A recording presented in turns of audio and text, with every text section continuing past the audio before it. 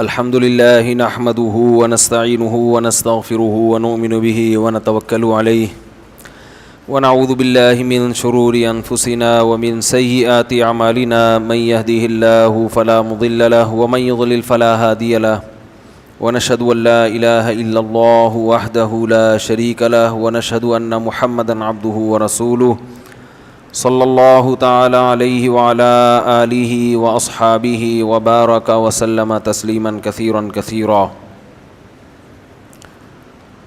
رمضان 2019 کا آج 12واں بیان ہے۔ یہ بچے کو یاد ہو گیا ماشاءاللہ۔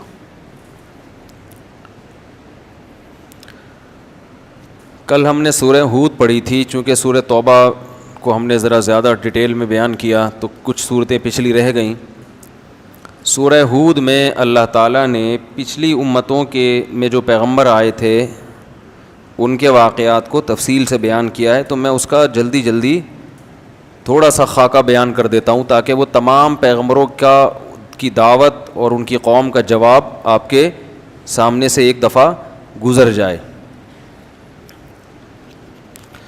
آپ کو میں نے پیغمبروں کی ترتیب بتائی تھی، سب سے پہلے آدم علیہ السلام، شیث علیہ السلام، پھر کہا جاتا ہے کہ ادریس علیہ السلام، پھر نوح علیہ السلام۔ تو نوح علیہ السلام کا شمار بھی قدیم پیغمبروں میں ہوتا ہے۔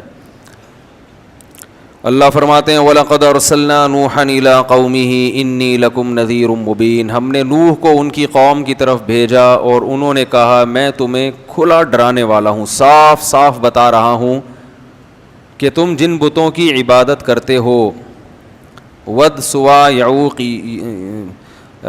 ودًا ولا سواع ولا یغوث ویعوق ونسرا۔ ود سوا یغوث یعوق اور نصر، یہ 5 بت تھے جن کی یہ لوگ عبادت کیا کرتے تھے۔ اور یہ بتوں کا پس منظر یہ تھا کہ کوئی بزرگ تھے، بڑے اللہ والے لوگ تھے جو ہر وقت اللہ اللہ کیا کرتے تھے۔ جب ان کا انتقال ہو گیا تو لوگوں نے عقیدت میں ان کے مجسمے بنا لیے، جیسے لوگ بناتے ہیں نا بڑی شخصیتوں کے۔ اسلام میں مجسمے بنانا حرام ہے۔ یہ جو آج کل رکھے ہوئے ہوتے ہیں کپڑوں کی دکان پہ مجسمے، ان لوگوں کو چاہیے کہ اللہ کے عذاب سے ڈریں، بہت شدید وعید ہے۔ چہرہ اڑا دیں اس کا، بھئی آپ نے اپنی پروڈکٹ بیچنی ہے تو شکل دکھانے کی کیا ضرورت ہے؟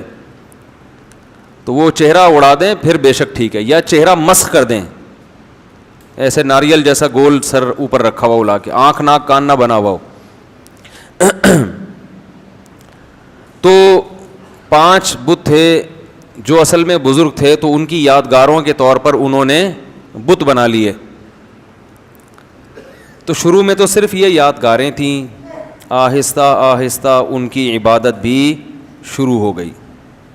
پھر یہ نظریہ آ گیا کہ اللہ تعالیٰ نے ان بزرگوں کو بھی اختیارات دیے ہیں۔ میں نے ایک بیان کیا تھا کہ اللہ نے اپنے نبی کو اختیارات نہیں دیے ہیں، تو ایک صاحب نے کمنٹس کیے تھے کہ توہین، کہ یہ شخص پیغمبر کی کیا کر رہا ہے؟ توہین۔ یہ سمجھتا ہے کہ پیغمبر بھی اس جیسے ہیں، معاذ اللہ، جیسے اس کو اختیار نہیں ہے تو پیغمبر کو بھی اختیار نہیں۔ تو یاد رکھو سب شرک جب بھی شروع ہوا ہے نا تو یہیں سے شروع ہوا ہے کہ اللہ نے، یار یہ آواز صحیح نہیں ہے، مزہ نہیں آ رہا، اس کو تھوڑا سا بڑھائیں یار، کہ اللہ تعالیٰ نے پیغمبروں کو، اپنے نیک لوگوں کو اختیارات دیے ہیں، اولاد ہے، بارش ہے، ہم ان سے بھی مانگ سکتے ہیں۔ تو پیغمبر کو جو مقام اور فضیلت حاصل ہے وہ اختیارات کی وجہ سے نہیں ہے، وہ اس لیے کہ آپ اللہ کا پیغام لوگوں تک پہنچا رہے ہیں۔ دیکھو امریکہ کا سفیر یہاں پر آئے گا تو اس کی ایک ویلیو ہوگی نا، اس لیے تھوڑی کہ وہ فیصلہ بھی کر سکتا ہے، فیصلہ وہ نہیں کرے گا، فیصلہ تو حکومت کرے گی، لیکن اس کی کوئی عزت کیوں دی جائے گی؟ بھائی امریکہ کا سفیر ہے، اس کی توہین امریکہ کی توہین سمجھی جائے گی۔ جتنا بڑا ملک ہوگا اس کے سفیر کی عزت بھی اتنی ہی زیادہ۔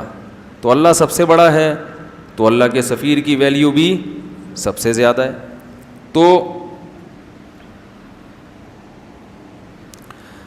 اللہ تعالیٰ نے یہ مقام دیا ہے محمد صلی اللہ علیہ وسلم کو، تو انہوں نے 5 بتوں کی عبادت شروع کر دی۔ عبادت کا مطلب ان سے مانگنا، کہ یہ دیتے ہیں اللہ کے دینے سے دیتے ہیں، عطائی، وہ عطائی اور ذاتی کا فرق میں ڈال کے نا، کہ یہ عطائی ہے، ان کے پاس اللہ کا عطا کردہ بہت کچھ ہے، تو یہ لوگوں کو کیا کرتے ہیں؟ وہ دیتے ہیں لوگوں کو۔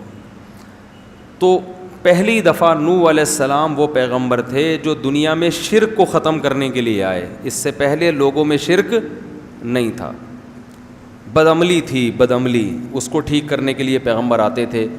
لیکن شرک کو ختم کرنے کے لیے جو پہلے پیغمبر دنیا میں آئے, بھائی ایک بندہ نا یہاں آ کے بیٹھ جایا کرے, دیکھتا رہے ٹوں ٹاں پی پاں, جب ہو رہا ہے اس کو سیٹنگ پہ لے آئے.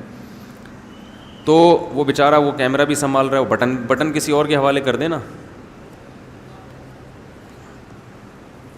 اور جس کے حوالے بٹن ہو خود اس پہ بھی ایک بٹن لگا ہوا ہو اس کو سیٹ کرنے کے لیے. تو 5 جو حضرت نوح علیہ السلام آئے, اور قرآن کے مطابق 950 سال نوح علیہ السلام نے قوم کو دعوت دی.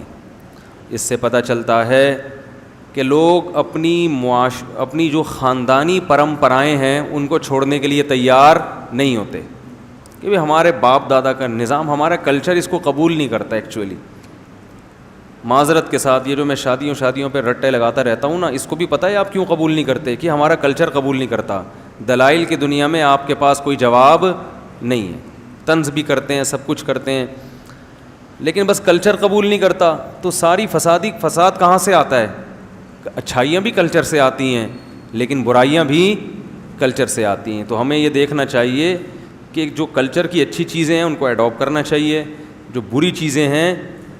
اب دیکھو آج ایک ہندو لڑکی, پھر ماشاءاللہ میسیج آیا, کسی نے مجھے, عثمان بھائی نے رابطہ کرایا کہ انڈیا میں ایک ہندو ہے, مسلمان ہوئی ہے گھر کے اندر. میں سمجھا تو کوئی آدمی ہے, تو میں نے بڑا اپریشیٹ کیا اس کو, واٹس ایپ پہ اس کو میسیج بھیجے. وہ چھپ کے روزے رکھ رہا ہے, چھپ کے نمازیں پڑھ رہا ہے, سارا گھرانہ ہندو.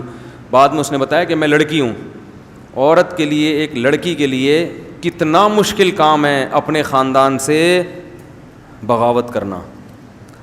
تو کیسے ہمت دی اللہ نے, لیکن چھپ کے روزے اور چھپ کے نمازیں, چاروں طرف ماحول ساتھ نہیں دے رہا. لیکن بات سمجھ میں آ گئی کہ بھئی ہم ان پتھروں کے بنے ہوئے بتوں کو کیوں پوجیں, یہ کیا لگتے ہیں ہمارے, یہ کیا لگتا ہے ہمارے. عجیب بات ہے, آپ کو کوئی آپ کے گھریلو معاملات میں دخل اندازی دے, آپ کو برا لگے گا نا.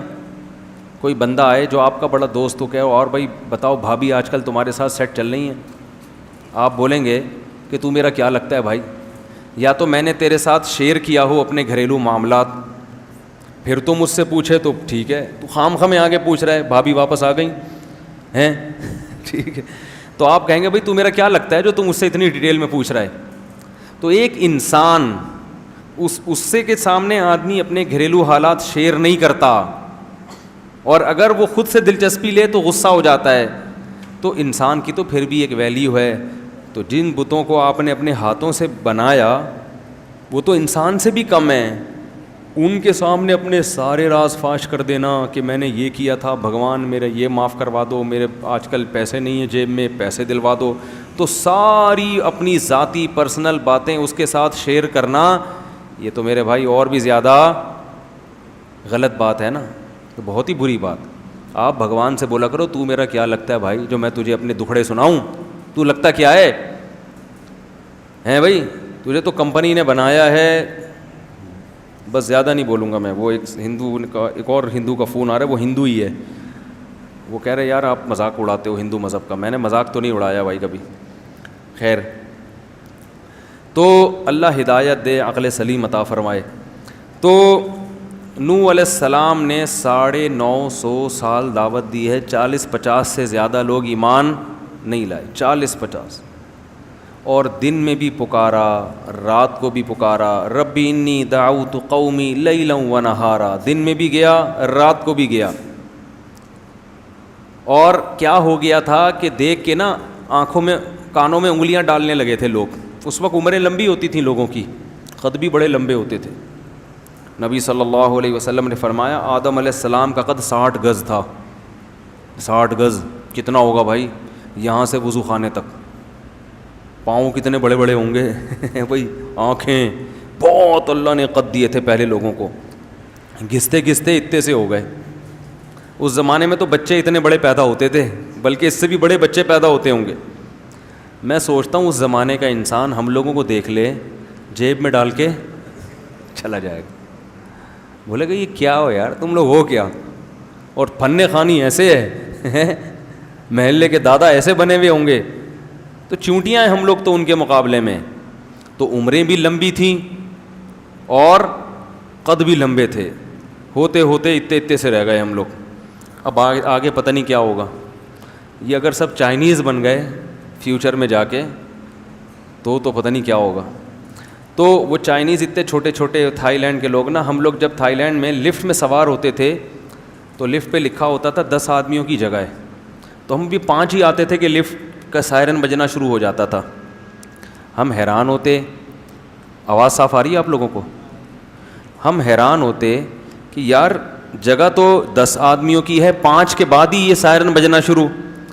تو ایک دن کسی نے بتایا یہ 5 تھائی لینڈ کے لوگوں کی ہے, انڈین پاکستانی کے 5 نہیں ہیں, وہ اتنے سے ہوتے ہیں نا تو ان کے حساب سے 5 آدمی رکھے ہوئے, 10 آدمی رکھے ہوئے انہوں نے. تو ہم لوگ والے 5 بھی کافی ہیں. تو اگر کوئی لاہور کا چلا گیا تو وہ 1-2 ہی کافی ہو جائے گا. تو نوح علیہ السلام نے دن میں بھی پکارا, رات کو بھی پکارا, ربی انی دعوت قومی لیلا ونہارا فلم یزدہم دعائی الا فرارا. نفرتیں کم ہونے کے بجائے بڑھتی گئیں, کیونکہ پیسے نہیں دے رہے تھے نا. آج درس قرآن کرو, اس کے بعد افطاری کی دعوت کرو تو دیکھو کتنے لوگ آئیں گے. چائے پلاؤ تو دیکھو کتنے, فری میں کرو نہیں آتے لوگ. ہر چیز میں لوگوں کو پیسہ چاہیے, کھانا پینا چاہیے.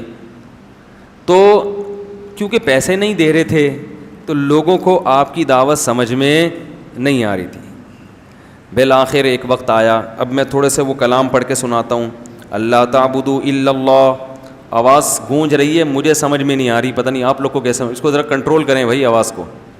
نوح علیہ السلام نے کہا کہ اللہ کے سوا کسی کی عبادت مت کرو, غلامی صرف کس کی ہوگی؟ اللہ کی. دعا صرف کس سے مانگی جائے گی؟ اللہ سے. ان بزرگوں سے مت مانگو. انی اخاف علیکم عذاب یوم علیم, دردناک عذاب کا خطرہ ہے, دردناک عذاب کا. فقال الملأ الذین کفروا من قومہ, قوم کے بڑے بڑے لوگوں نے, سرداروں نے کہا, جو اپر لیول لوگ تھے نا, دولت مند وڈیرے, اس ٹائپ کے لوگوں نے کہا, ما نراک الا بشرا مثلنا, آپ تو ہماری طرح کے انسان ہو, آپ تو ہماری طرح کے انسان ہو. ہر پیغمبر کو یہ طعنہ ملا ہے کہ تم ہماری طرح کے انسان ہو. تو کبھی بھی اللہ نے اس کا جواب یہ نہیں دیا کہ ان سے کہہ دیں نہیں میں تمہاری طرح کا انسان نہیں ہوں, بلکہ مجھے کچھ الگ سے طاقتیں ملی ہیں, ایسا کبھی بھی نہیں. ہر پیغمبر نے کہا کہ ہم نے کب کہا کہ ہم انسان نہیں ہیں بھائی, اور ہم نے کب کہا کہ ہم یہ کچھ کر سکتے ہیں. ہماری دعوت کو فوکس کرو کہ ہم جو دعوت دے رہے ہیں وہ ٹھیک ہے یا نہیں ہے. یہ مت دیکھو کہ دعوت دینے والا انسان ہے یا فرشتہ ہے, بہت مشکل ہے بھائی. بات کو دیکھو کہ بات صحیح کر رہے ہیں کہ اس کو بھائی کہاں گئے, وہ نہیں سیٹ ہوا, نہیں اتنی آواز گونج رہی ہے, میرے کان خراب ہو رہے ہیں. آواز آ رہی ہے نا, اب کچھ بہتر ہو گیا. تو دعوت کو دیکھو کہ دعوت صحیح ہے یا نہیں ہے. تو ما نراک الا بشرا مثلنا, کہ ہم سمجھتے ہیں کہ آپ ہماری طرح کے انسان, کھاتے ہو پیتے ہو, بیمار بھی ہوتے ہو, دوا کی بھی ضرورت. اس سے ایک بات تو یہ پتہ چلی کہ لوگ یہ سمجھتے ہیں کہ بزرگ بننے کے لیے کوئی ٹیکنیکل قسم کی چیزیں ہونی چاہیے آپ کے پاس. نارمل آدمی بزرگ جب پیغمبر نہیں بن سکتا تو اب لوگ کہتے ہیں بزرگ بھی نہیں بن سکتا. سوئمنگ کرنے والا تو بزرگ ہو ہی نہیں سکتا, ہارس رائڈنگ کرنے والا, اور شادیوں والا تو سوال ہی پیدا نہیں ہوتا, شادیوں والا تو سوال ہی پیدا نہیں ہوتا. تو یہ سب چیزیں کیا بنا لی ہیں لوگوں نے, ٹماٹر خریدتے ہوئے پکڑا گیا بزرگ نہیں ہو سکتا. انڈے لا رہا ہے, گھر سے جھاڑ پڑ رہی ہے, میاں بیوی میں جھگڑا ہو رہا ہے, تو جھگڑا کیوں ہو گیا, یہ بزرگ ہیں ان کے ہاں تو جھگڑا نہیں ہوتا. بھائی سب کے ہاں سب کچھ ہوتا ہے, جب نارمل زندگی گزرے گی تو جھگڑے بھی ہوں گے, محبتیں بھی ہوں گی, کٹی بھی ہوں گے, دوستی بھی ہوں گے, سب کچھ ہوتا ہے, کیونکہ انسان ہے نا. آپ کے جذبات کبھی مجروح, طلاقیں بھی ہوتی ہیں اور دوستیاں بھی ہوتی ہیں. ہاں یہ ان کے ہاں مشکل ہوتا ہے, عام لوگوں کے ہاں آسان ہو جاتا ہے کیونکہ یہ جذبات پہ کنٹرول کرتے ہیں. لیکن سب کچھ سب کے ہاں ہوتا ہے, بیمار بھی ہوتے ہیں, تکلیف بھی ہوتی ہے, اور تکلیف میں ہائے ہوئے بھی کرتے ہیں. لوگ سمجھتے ہیں کہ کسی بزرگ کو تکلیف ہو اور وہ کہہ رہے آؤ میرے تکلیف ہو رہی ہے, تو کہتے ہیں یہ تو بزرگ ہیں, ان کو کیوں تکلیف ہو رہی ہے بھائی. تو بزرگ ہیں بھائی, تکلیف بھی ہوگی اور شادی کا شوق بھی ہوگا شوق بھی ہوگا, کیونکہ آدمی پہلے ہیں, بزرگ بعد میں. وہ ہمارے حضرت ایک واقعہ سناتے تھے کہ ایک آدمی سے کسی نے پوچھا مفتی کسے کہتے ہیں, تو اس نے کہا مفتی, بزرگ کسے کہتے ہیں, اس نے کہا بزرگ وہ ہوتا ہے, مفتی اور بزرگ وہ ہوتا ہے جو کوئی حسین جمیل عورت سامنے سے گزر جائے, کوئی اس کی توجہ اس طرف ہو ہی نہیں, اتنا نیک ہو. تو وہ بیچارہ دیہاتی تھا, اس نے بولا او خو اس کو تو ہمارے یہاں مخنث بولتے ہیں, ہجڑا بولتے ہیں اس کو ہمارے یہاں. اچھا اس کو یہ لوگ جنت میں جائیں گے, متقی اس کو بولتے ہیں. تو یہ تصور ہی غلط ہے. ہاں پرہیزگار اسے کہتے ہیں, دل تو انسان کا مائل ہوتا ہے, مگر وہ یہ دیکھتا ہے کہ یہاں دل کی خواہش پوری کرنا حلال ہے یا حرام. اگر حرام ہے قدم روک لے گا, اپنے نظریں جھکا لے گا. حلال ہے تو ظاہر ہے اللہ نے ایک چیز حلال قرار دی, لیکن رغبت ہی ختم ہو جائے تو یہ آدمی, متقی تو دور کی بات, یہ تو آدمی بھی, اس کو تو علاج کرانے کی ضرورت ہے. یہی حال عورت میں بھی ہے. عورت چاہے کتنی پرہیزگار ہو جائے, یہ میں اس لیے بہت اہمیت سے بیان کر رہا ہوں کہ آج والدین اپنی بچیوں کی احتیاط نہیں کرتے. وہ کہتے ہیں ہماری بچی تو بہت نیک ہے, لہذا اگر اس کا کوئی بوائے فرینڈ ہے یا اسکول میں یہ کو ایجوکیشن میں پڑھ رہی ہے یا اسے کوئی جوان قاری صاحب آ کے پڑھا کے چلے جاتے ہیں, ہمیں اپنے بچوں پہ پورا اعتماد ہے. ارے ہے تو لڑکی نا, وہ کوئی اور جنس تو نہیں بن گئی نا. اگر وہ لڑکی ہے, عورت ہے, تو اس کی مردوں کی طرف اٹریکشن ہوگی. کوئی بھی ہینڈسم اس کو نظر آئے گا, کوئی کسی کے بھی اسٹائل اچھے لگیں گے تو اس کی طبیعت اس کی طرف مائل ہوگی. اس کا تعلق نیک یا برے ہونے سے نہیں ہے, اس کا تعلق مرد اور عورت ہونے سے ہے. تو لہذا شریعت نے کیا کہا, نظر کی حفاظت. تبھی میں لوگوں کو بتاتا ہوں, کسی خاتون کو کسی عالم کا بیان سننے سے فتنہ پیدا ہو رہا ہے, بجائے اصلاح کے اس کی طرف طبیعت مائل ہو رہی ہے, عشق پیدا ہو رہا ہے, فوراً اس کے بیانات بند کر دے. یہ شیطان ہے جو دین کے لیبل سے کیا کر رہا ہے, گمراہ کر رہا ہے. فوراً اس کے بیانات سننا بند کر دے, کیونکہ وہ عشق پیدا ہوگا اور یہ عشق فائدے کے بجائے کیا پہنچائے گا, نقصان. پھر سننا درست نہیں ہے. ہمارے حضرت کے پاس ایک خاتون کا فون ہے, قاری صاحب تھے پنجاب کے, بڑی خوبصورت آواز تھی ان کی, لوگ تقریر سنتے تھے. تو ایک خاتون جو تھی ان کی آواز پہ لٹو ہو گئیں. آڈیو کیسٹیں ہوتی تھیں اس وقت, ویڈیو ہوتی بھی نہیں تھی. اب وہ خاتون تھیں, وہ نے حضرت کو فون کیا, میں پورا دن پوری رات انہی کے بیان سنتی رہتی ہوں میرے, اور وہ ظاہر ہے فیلنگ کچھ پیدا ہونا شروع ہو گئی. حضرت نے فرمایا آپ کے لیے ان کے بیان سننا جائز, کیونکہ معاملہ کسی اور طرف جا رہا ہے.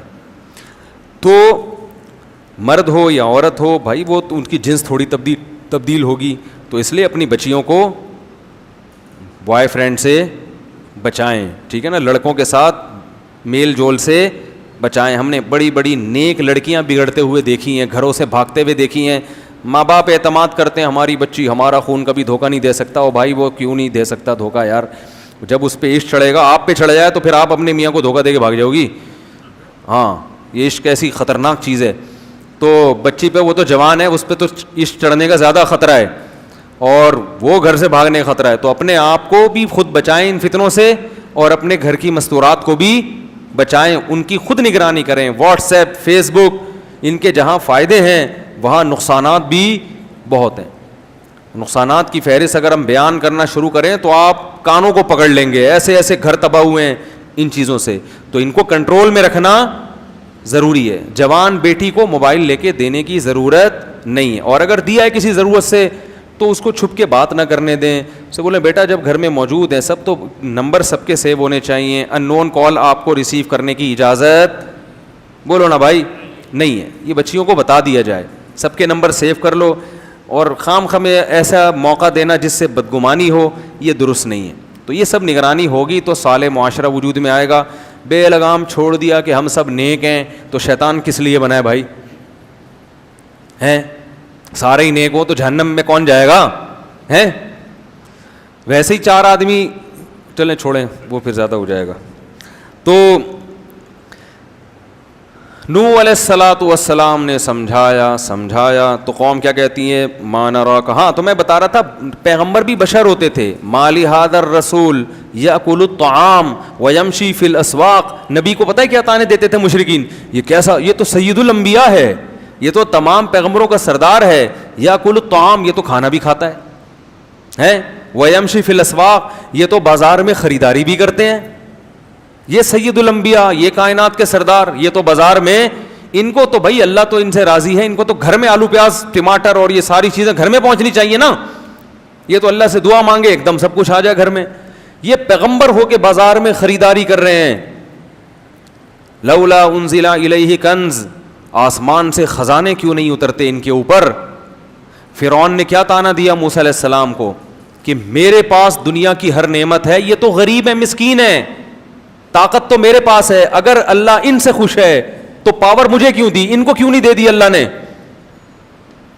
نہیں آ رہی بات. فرعون پتہ کیا کہتا تھا؟ میرے اوپر خزانے نازل ہوئے ہیں یا ان کے اوپر؟ ام انا خیر من ھذا الذی ھو مہین، جو اس قوم میں معاذ اللہ سب سے کم تر آدمی ہے، معاذ اللہ، وہ بہتر ہے یا میں بہتر ہوں؟ فلولا القی علیہ اسورۃ من ذہب، سونے کے کنگن کیوں نہیں ہے موسیٰ کے ہاتھ میں؟ یہ غریب کیوں ہیں؟ یہ غریب کیوں ہیں؟ اگر اللہ ان سے خوش ہے تو یہ اللہ سے دعا مانگے سارے خزانے ان کے پاس آ جائیں، خزانے میرے پاس اور یہ غریب. تو ہمیشہ پیغمبروں کو الزام کیا لگا ہے؟ یہ ہماری طرح کے انسان، بلکہ بعض لوگوں نے الزام لگایا معاذ اللہ یہ ہم سے بھی بدتر ہیں، معاذ اللہ. تو اللہ کی نظر میں نبوت یا ولایت یا بزرگی کا یہ معیار نہیں ہے. بزرگ بیمار بھی ہوتے ہیں، ان کو کھانسی بھی ہوتی ہے، کولیسٹرول بھی آ سکتا ہے، کولیسٹرول کم بھی ہو سکتا ہے، ہارٹ اٹیک بھی ہو سکتا ہے، وہ ڈر بھی جاتے ہیں بعض دفعہ چیزیں دیکھ کے. موسیٰ علیہ السلام کلیم اللہ سانپ دے کے بھاگ گئے تھے، لاٹھی کو پھینکا سانپ بنی. قرآن کہہ رہا ہے موسیٰ علیہ السلام بھاگے، ولم یعقب، اور پیچھے مڑ کے نہیں دیکھا. اللہ نے کہا اے موسیٰ اقبل، واپس پلٹو واپس، ولا تخف، ڈرو نہیں. ٹھیک ہے نا، کچھ نہیں کہے گا، پکڑ لو اس سانپ کو، سنعیدھا سیرتھا الاولیٰ، دوبارہ اسی کنڈیشن پہ لوٹا دیں گے. تو سانپ سے ڈر جس کو نہیں لگ رہا، تو یہ نہیں کہ بزرگ ہے وہ کہتا ہے میں اللہ کے علاوہ کسی سے نہیں ڈرتا، میں سانپ وانپ سے نہیں ڈرتا. جو کہتے ہیں نا کہ جو اللہ سے ڈرتا ہے وہ کسی سے نہیں ڈرتا، اس کا ایک الگ مطلب ہے. اس کا یہ مطلب نہیں ہے کہ ظاہری لحاظ سے کسی سے ڈرتا ہی نہیں ہے. ایک دفعہ کسی نے مجھے کہا یار وہ نماز پڑھ رہے تھے، بم پھٹا، وہ بھاگ گئے. ایک صاحب جو ہے نا، یہ تو ان کی نمازوں کا حال ہے. تو میں نے کہا بہت اچھا کیا بم پھٹا، بھاگ گئے، ورنہ خود پھٹ جاتے تھوڑی دیر میں. ایک دفعہ کسی نے بتایا کہ وہ کوئی بیان ہو رہا تھا کہ زلزلہ آیا تو وہ لوگ بیٹھے رہے، ڈرے نہیں. میں نے کہا بہت بڑے حماقت کی ہے ان لوگوں نے جو ڈرے نہیں. ان کو چاہیے ذرا سی زمین ہلے تو فوراً، اللہ نہ کرے یہاں اگر ذرا سی بھی زمین ہل گئی، دروازہ کھولنا بھائی ہے، سب سے پہلے میں بھاگوں گا انشاءاللہ، کیونکہ میں اتنا بڑا بیوقوف نہیں ہوں کہ میں چھت گرنے کا انتظار کروں. آپ کہہ سکتے ہیں تو اللہ سے نہیں ڈر رہے، مخلوق سے ڈر رہے ہیں. بھائی یہ بھی چھت بھی کون گرائے گا؟ اللہ ہی گرائے گا نا. صحیح ہے نا؟ تو اللہ سے ہی ڈر رہے ہیں، اللہ بھی چھت نہیں گرا، ہم بھاگ رہے ہیں. تو اللہ تعالیٰ ہاں یہ کہہ سکتے ہیں بھائی موت تو ایک دن آنی ہے. تو اگر ہمیں پتہ چل جائے نا اس ٹائم پہ آنی ہے، پھر ہم چھت گرنے کا انتظار کر لیں گے. ہمیں تھوڑی پتہ ہے کب آنی ہے. ہمیں تو اللہ نے کہا بچ گئے تو اس کا مطلب ہے ابھی نہیں آنی تھی. ٹھیک ہے نا، مر گئے تو اس کا مطلب ہے آنی تھی. تو تقدیر کا ہمیں پہلے سے علم ہے ہی نہیں. تو جب علم ہی نہیں ہے تو ہم تو اپنے حساب سے کریں گے جو ہماری سمجھ میں آئے گا. تو اللہ نہ کرے کہیں ذرا سی بھی زمین ہلے، تراویح چھوڑ کے پتلی گلی سے نکلو. کوئی کہے نا متقی نہیں ہو، بولے تو چلا جا بھائی، میں بھاگ رہا ہوں. تو یہ پاگلوں والی حرکتیں ہیں، بیوقوفوں والی باتیں ہیں. زلزلہ آ رہا ہے تو بھاگ نہیں رہے، وہاں سے طوفان آ رہا ہے تو ابے اللہ بچائے گا. ہم جب چھوٹے بچے تھے تو سمندری طوفان کا خطرہ تھا کراچی میں. یہ بہت پرانی بات ہے، میری عمر اس وقت 8 سال ہوگی، اور اس وقت جون جولائی کے روزے ہوتے تھے. والدہ نے ہمیں سحری کے لیے اٹھایا، اٹھتے تو تھے سحری میں، کبھی آدھا روزہ رکھتے تھے کبھی پورا رکھتے تھے. تو وہ اٹھایا تو پتہ چلا کہ کراچی میں طوفان آ رہا ہے. پولیس موبائلیں جو ہے نا وہ اسپیکر لے کے گھوم رہی تھیں، مائک لے کے کہ علاقہ خالی کرو. تو ہم جہاں پہلے رہا کرتے تھے وہ کچھ نسبتاً سمندر کے قریب تھا وہ ایریا. تو میں نے دیکھا جو نمازی پرہیزگار تھے وہ نہیں گئے، وہ دعائیں کر رہے ہیں. انہوں نے کہا اللہ بچائے گا. تو اللہ تو بچائے گا، آپ دعائیں بھی کرو. گاڑی میں بھی دعائیں ہو سکتی ہیں، بس میں بھی ہو سکتی ہیں دعائیں، بھاگو بھی اور ساتھ ساتھ دعائیں بھی کرو. وہ تو اللہ کا ویسے ہی فضل ہو گیا کہ وہ کہیں اور چلا گیا طوفان، کراچی بچ گیا. لیکن یہ پرلے درجے کی حماقت. کہیں سمندری طوفان کا خطرہ ہو جتنی پتلی گلیاں ہیں, صحیح ہے نا, بھاگو. ہاں بچے چھوڑ کے نہ بھاگو, بیوی بچے وہ بھی ہماری طرح کے انسان ہیں, تو پہلے ان کو بس میں بٹھاؤ. اس موقع پر توکل کیا جائے گا کہ یار پہلے ان کی جان بچانے کی فکر کرو, پھر اپنی. اس دوران اگر شہید مر گئے تو شہادت کا اجر ملے گا کہ دیکھو اپنے بچوں کی خاطر اس نے جان دے دی.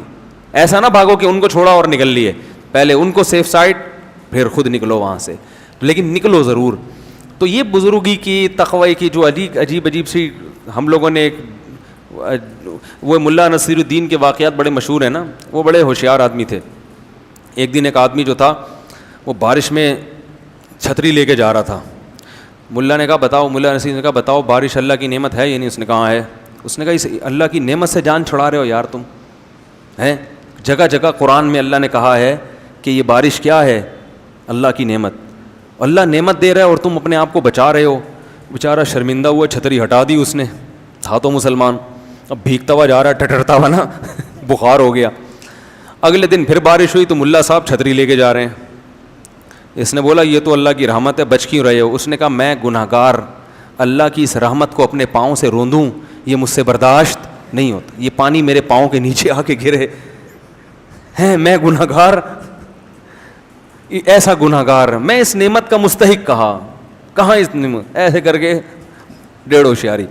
تو یہ جو استثاء کے تقوی کی ترغیب دیتے ہیں نا آپ کو, یہ خود بڑے ڈیڑھ ہوشیار ہوتے ہیں, ٹھیک ہے نا.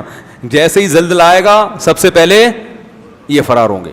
تو اللہ نہ کرے کہیں زلزلہ آئے, ذرا سا بھی جھٹکا ہو, فوراً لازم ہے گھر سے باہر نکل کے گلی میں آ جاؤ. اس میں فنڈر گیری, وہاں کھڑے ہو کر دعائیں مانگو, چلتے ہوئے بھی ذکر کرو, اور بچوں کو بھی نکالو اپنے. اور اس میں بہت احتیاط کی ضرورت ہے ان چیزوں میں. خیر, نبی نے فرمایا جب نماز پڑھ رہے ہو اور سانپ نظر آئے تو آپ نے فرمایا نماز چھوڑ کے پہلے کیا کرو, سانپ کو مارو. ایسا بھی ہوتا ہے نماز پڑھ رہے ہیں گاؤں دیہات میں نا, بڑے خوش, سانپ نظر آیا, اب وہ سانپ سب کے تقوی کا امتحان لے رہا ہوتا ہے.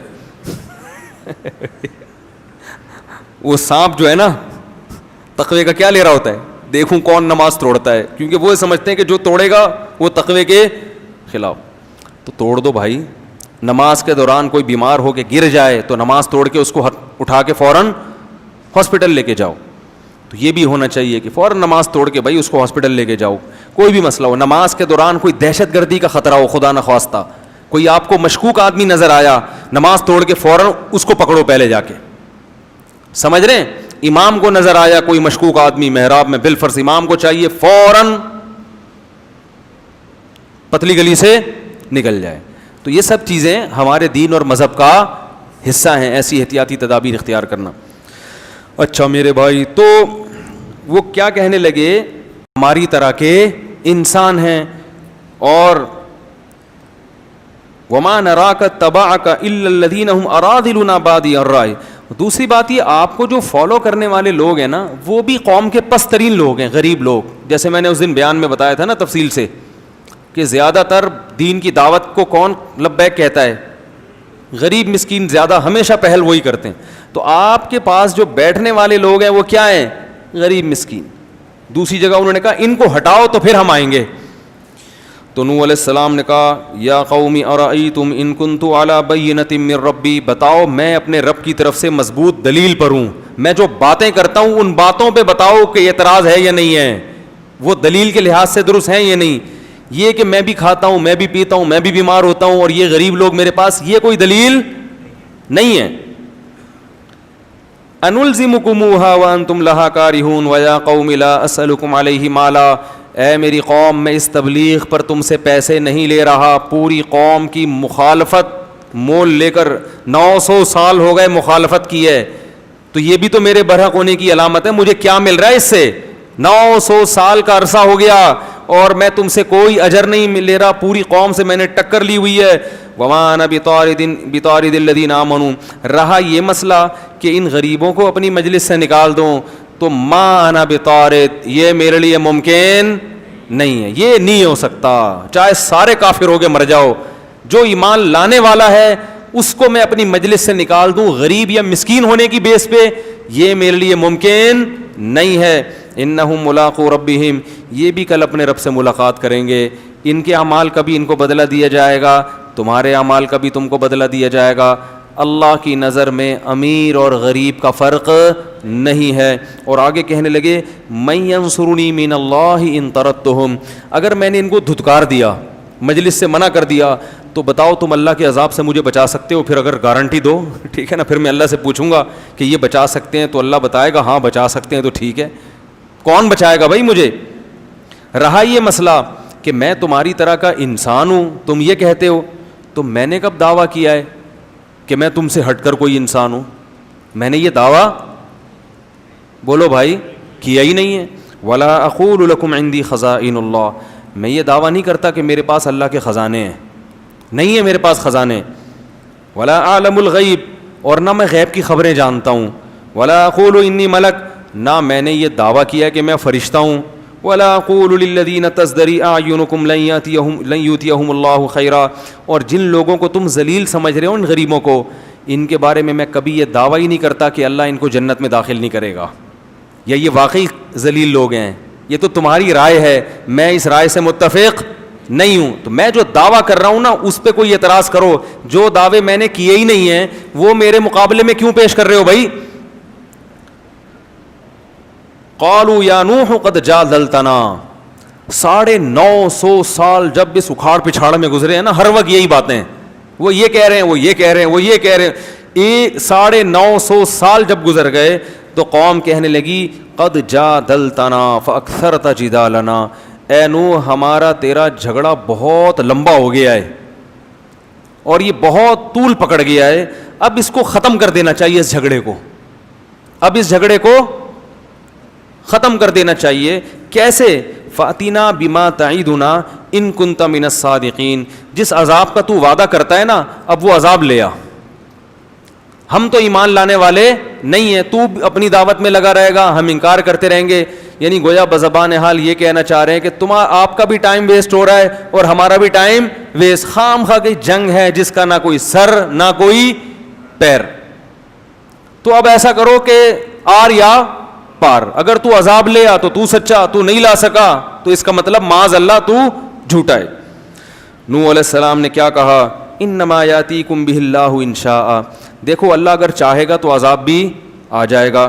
وما انتم بمعجزین, لیکن جب آئے گا تو تم اللہ کو ہرا نہیں سکو گے. ولا ينفعکم نصحی ان اردت ان انصح لکم, اور افسوس کے ساتھ کہنے لگے میں نے تمہاری خیر خواہی چاہی تھی مگر تم اپنی خیر خواہی کو پسند نہیں کر رہے. ان کان اللہ یرید ان یغویکم, اللہ نہیں اگر تمہیں ہلاک کرنے کا ارادہ کر لیا ہے تو میں بھلا کیا کر سکتا ہوں. وأوحی الی نوح, اللہ فرماتے ہیں اس کے بعد ہم نے نوح علیہ السلام کو وحی کی کہ انہ لن یؤمن من قومک الا من قد آمن, اے نوح جتنے لوگ ایمان لا چکے ہیں نا, اس سے زیادہ مزید کوئی آدمی ایمان نہیں لائے گا. دیکھو عذاب ٹلا ہوا تھا اس لیے کہ اللہ کو پتا تھا کچھ لوگ اور بھی ہیں جو ایمان لائیں گے, ان کے ایمان لانے کا انتظار ہو رہا تھا. جب آخری شخص ایمان لایا ہے تو اللہ کے علم میں تھا کہ اب کوئی ایمان نہیں لائے گا. تو آپ دیکھو اللہ نے 950 سال تک اس آخری فرد کا بھی انتظار کیا ہے جس کے ایمان لانے کی امید ہے. اس سے پتہ چلتا ہے کہ اللہ کی نظر میں ایمان کی کتنی بڑی ویلیو ہے. یہ جو آج غیر مسلمانوں کو تانے دیتے ہیں نا, تم ترقی میں پیچھے, لوڈ شیڈنگ, IMF کے قرضے, کرپٹ حکمران, تم تھرڈ تیسری دنیا کے گرے پڑے نیچ لوگ, یہ ہم نیچ ہیں جس کی وجہ سے اللہ نے اس دنیا کو باقی رکھا ہوا ہے, کیونکہ اللہ کا نام لیتے ہیں. حدیث میں آتا ہے جس دن جب تک ایک شخص بھی اللہ کا نام لیتا رہے گا اللہ اس کائنات کو تباہ نہیں کرے گا. جس دن وہ آخری شخص دنیا سے گیا جو اللہ اللہ کیا کرتا تھا, اللہ ان سائنسدانوں کی ترقی اور یہ IMF کی معیشت اور ان کے قرضے اور ان کی آسمان سے باتیں کرتی ہوئی ترقی کو خاطر میں نہیں لائے گا, ایک دم اس کائنات کو تباہ کر دے گا. کیونکہ اللہ نے یہ بنائی ہے اپنے لیے, تو جب اللہ کو ماننے والے ہی نہیں بچیں گے تو اللہ بتا دے گا یہ تم اس کائنات کے بادشاہ تم نہیں ہو. بڑی قدر ہے اللہ کے ہاں کس کی؟ ایمان والوں کی. اس لیے میں کہتا ہوں جو لوگ یورپ اور مغرب جا کے کافروں میں رہ کے ایمان سے دستبردار ہو جاتے ہیں وہ اپنا بہت بڑا خسارہ کر رہے ہیں. قرآن میں جگہ جگہ اللہ نے کہا لا یغررک تقلب الذین کفروا فی البلاد، غیر مسلموں کی ترقی دیکھ کر متاثر مت ہو. ایک جگہ تھوڑی ہے قرآن میں، جگہ جگہ ہے لا یغررک، یہ چیز تمہیں دھوکے میں نہ ڈال دے. ہمیشہ اسی چیز نے لوگوں کو دھوکے میں ڈالا ہے. فرعون کے مقابلے میں موسیٰ کے ماننے والے کم کیوں تھے؟ ترقی کس کے پاس تھی؟ فرعون کے. حکومت کس کے پاس تھی؟ پالیسیاں کون بناتا تھا؟ فرعون. لوگ کہتے تھے یار یہ تو اپنی جان بچاتے پھر رہے ہیں. پاور کس کے پاس ہے؟ فرعون کے.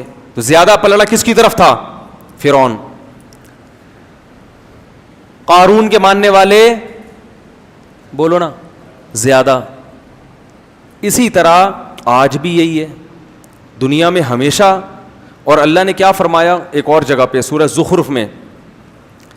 فرمایا کہ اگر ہمیں یہ خطرہ نہ ہوتا کہ ایمان والے سارے ہی کافر نہ ہو جائیں تو ہم کافروں کو اس سے بھی زیادہ نوازتے جتنا ہم نے اب نوازا ہوا ہے. وَلَوْلَا أَن يَكُونَ النَّاسُ أُمَّةً وَاحِدَةً سورہ زخرف دیکھیں کہ اگر یہ خطرہ نہ ہوتا کہ یہ جتنے مسلمان ہیں نا سارے کافر ہو جائیں گے، یعنی بڑی آزمائش میں پڑ جائیں گے، تو پھر ہم کیا کرتے؟ لَجَعَلْنَا لِمَن يَكْفُرُ بِالرَّحْمَٰنِ، جو لوگ رحمان کا انکار کرتے ہیں، اللہ کو نہیں مانتے، اللہ کی نہیں مانتے، تو ہم کیا کرتے؟ لِبُيُوتِهِمْ سُقُفًا مِّن فِضَّةٍ، ان کے گھروں کی چھتیں چاندی کی ہوتی. لِبُيُوتِهِمْ سُقُفًا مِّن فِضَّةٍ وَمَعَارِجَ عَلَيْهَا يَظْهَرُونَ، ان کے گھروں کی سیڑھیاں چاندی کی ہوتی. وَزُخْرُفًا، کسی کی چاندی کی اور کسی کی سونے کی ہوتی. اور کیا؟ لِبُيُوتِهِمْ سُقُفًا مِّن فِضَّةٍ وَمَعَارِجَ عَلَيْهَا يَظْهَرُونَ وَلِبُيُوتِهِمْ أَبْوَابًا، ان کے گھروں کے دروازے سونے اور چاندی کے ہوتے. اتنی دولت دیتے مگر پھر آزمائش مسلمانوں کے لیے. اور پھر تو اور نیک لوگوں کو تانے ملتے، ابے تمہارے پاس ہے کیا؟ ابے تمہارے تو پلاسٹک کے لوٹے تمہارے ٹوٹے ہوئے ہوتے ہیں، تمہارے یہاں تو پانی کا انتظام نہیں ہے. اگر یہ اسلام برحق دین ہوتا تو مسلمان اتنا دنیا میں پٹتے کیوں؟ ساری ترقی تو وہ لے گئے، تم کیا کر رہے ہو؟ اتنے تانے ملتے کہ یہ جو تھوڑے بہت لوڈ شیڈنگ کے ستائے ہوئے لوگ اور کرپٹ حکمرانوں کے ستائے ہوئے لوگ یہ اور زیادہ ایمان سے دور ہو جاتے. تو اللہ کرواتے ہیں کہ ابھی اتنا نہیں دیا جتنا ہم دینا چاہتے تھے. وجہ کیا ہے؟ کہ ان کے لیے آخرت میں کچھ بھی نہیں ہے، کیونکہ اللہ کو نہیں مانتے. آخرت میں کچھ نہیں ہے ان کے لیے. اس کی مثال بالکل ایسے ہے کہ ایک باپ کے دو بیٹے ہوں، ایک فرما بردار اور ایک نافرمان. باپ کی اربوں خربوں کی جائیداد ہے، اربوں خربوں کی جائیداد ہے باپ کی، لیکن باپ کیا کر رہا ہے کہ ایک بیٹا جو نہیں مانتا اس کو پیسے دیتا ہے جیب خرچی، اور جو بیٹا مان کے چلتا ہے اس کو زیادہ لفٹ نہیں کراتا، اس کو صرف گٹکے کے 5 روپے 20 روپے یہ پکڑا دیا، سگریٹ اور رکشے کا کرایہ دے دیا، اس سے زیادہ نہیں. اب کوئی محلے والا آئے بولے یار یہ آپ کی مانتا نہیں ہے، اس کو تو آپ جیب خرچی دے رہے ہو اور وہ کچھ بھی نہیں مانتا، وہ آپ کی اتنی فرما برداری کرتا ہے. تو باپ جواب میں کہتا ہے بھائی پوری پراپرٹی اس کے نام کر چکا ہوں میں، اس کے لیے کچھ بھی نہیں چھوڑا، تو بس اس کو تھوڑا بہت دے رہا ہوں میں. اس کو اس لیے نہیں دے رہا کہ میرے مرنے کے بعد ساری پراپرٹی کس کی ہے؟ اس کی ہے، اس کو تو آگ کر چکا ہوں میں. تو اللہ تعالیٰ نے جو اللہ کو نہیں مانتے آخرت سے ان کو آگ کر دیا ہے، کچھ نہیں ملے گا. مثل الذین کفروا بربہم، جو لوگ اپنے رب کا انکار کرتے ہیں، اعمالہم کرماد، ان کے عمل کی مثال راکھ کے ڈھیر کی طرح ہے، راکھ کا پہاڑ. بجری کی ریت تھوڑی سی بھی ہو نا وزن ہوگا، اور راکھ کا پورا پہاڑ ہو پھونک مارو اڑ جائے گا. تو دیکھنے میں بہت ہے، وزن میں زیرو. تو غیر مسلم کا عمل یا اس کی اچھائی دیکھنے میں بہت اچھی ہوتی ہے، اتنے ٹرسٹ چلا رہے ہیں، کتنے اچھے اخلاق سے بات کرتے ہیں، ہر بات سے پہلے بھی تھینک یو اور بات کے آخر میں بھی تھینک یو، ایکسکیوز کیے بغیر کوئی بات کرتے نہیں ہیں، پلیز کے بغیر بات کرنے کا رواج ہے ہی نہیں. ہمارے ہاں بات کے سے پہلے بھی احتیاطاً گالی اور درمیان میں بھی گالی اور بات ختم کرنے کے بعد ایک ٹھڈا اور اس کے بعد احتیاطاً ایک گالی. اگر کوئی بڑا آفیسر بات کر رہا ہو نا، پولیس والا بات کر رہا ہو، یہی ہوتا ہے نا. تو کتنے اچھے اخلاق, تھینک یو, اور ہر بات میں تھوڑا سا باہر بھی سفر ہوا نا, واقعی اخلاق کم از کم بات کرنے کی تمیز ہے, اور ہمارے یہاں پبلک کو بات کرنے کی تمیز نہیں. ایئر لائن میں پتہ چل جاتا ہے, جہازوں میں سفر کرو نا, کسی غیر مسلم ملک کا جہاز ہوگا, عجیب ہی ہے, بٹن دباؤ سارے کام ہو رہے ہیں. اپنے ملک کے جہاز میں بیٹھو, بٹن دباؤ, کوئی بندہ ہی نہیں آتا, آئے گا تو بھول جائے گا. میں نے بٹن دبایا, پانی منگوایا, میں نے لیا بھائی پانی, کہہ رہا اچھا, پھر آیا ہی نہیں. کراچی جب میں اترنے لگا, اس نے کہا مجھے یاد ہے آپ نے پانی منگوایا تھا, میں ذرا بھول گیا. ہم نے کہا کوئی بات نہیں, کیا بگاڑ سکتے ہیں بھائی, کیا بگاڑ سکتے. تو لیکن اللہ کیا کہہ رہا ہے, اعمالہم کرامات, راکھ کے ڈھیر, کیونکہ ایک جرم اتنا بڑا انہوں نے کر لیا کہ اس جرم کا وزن ان کی نیکیوں کو کھا جائے گا. جیسے گھر میں بچے ہوں, بیٹا باپ کی نافرمانی کرتا ہو, مانتا نہیں ہو, لیکن مانتا ہو کہ ابا بہرحال میرا یہی ہے. دوسرا بیٹا بڑا فرما بردار ہے, لیکن جب اس سے پوچھو کہ ابا کی ماننی چاہیے کہ ماننی تو نہیں چاہیے, میں تو ویسے ہی مان رہا ہوں, یہ ابا میرا ہے, پہلے تو ڈی این اے سے ثابت تو کرو میرا ابا بھی ہے. تو وہ نافرمان سے ابا پھر بھی محبت کرے گا, اور جو ابا کے ابا ہونے کا انکار کر دے اس کو کہے گا بھائی تو بہت اچھا ہوگا گھر سے باہر, یہاں نہیں ہے تو جا کسی اور سے مانگ جا کے, باپ تو مانو نا مجھے پہلے. تو اللہ کہتے ہیں مجھے تو مانتے ہی نہیں ہیں, ان کی اسمبلیوں میں میرا نام نہیں لیا جاتا کہ اللہ کی کیا قانون ہے, اور نہ یہ مانتے ہیں کہ میں بنانے والا ہوں, اور اگر کوئی مانتا ہے کہ بنانے والا تو پھر میری کچھ ماننے کے لیے تیار نہیں. مسلمان کم از کم گناہ کرتا بھی ہے تو اس کے سامنے روتا بھی تو ہے نا کہ غلطی ہو گئی معاف کر دے, یہ تو روتے بھی نہیں ہیں, روتے بھی نہیں, اکڑتے ہیں, بحث کرتے ہیں. اس لیے ایمان سب سے بڑی نعمت ہے. تو 950 سال اللہ انتظار کرتے رہے کہ کسی ایک کافر کے دل میں بھی ذرا سی لچک ہے, اللہ کو پتا تھا یہ آئے گا آئے گا, آ گیا. جب وہ آخری شخص آیا ہے, اللہ نے کہا اب کوئی مزید نہیں آئے گا. اب ان کو زندہ رکھنے کا نقصان یہ ہے, وَلَا يَلِدُ إِلَّا فَاجِرًا كَفَّارًا, یہ ایسی اولادیں پیدا کریں گی جو جہنم کی آگ کا ایندھن بنیں گی.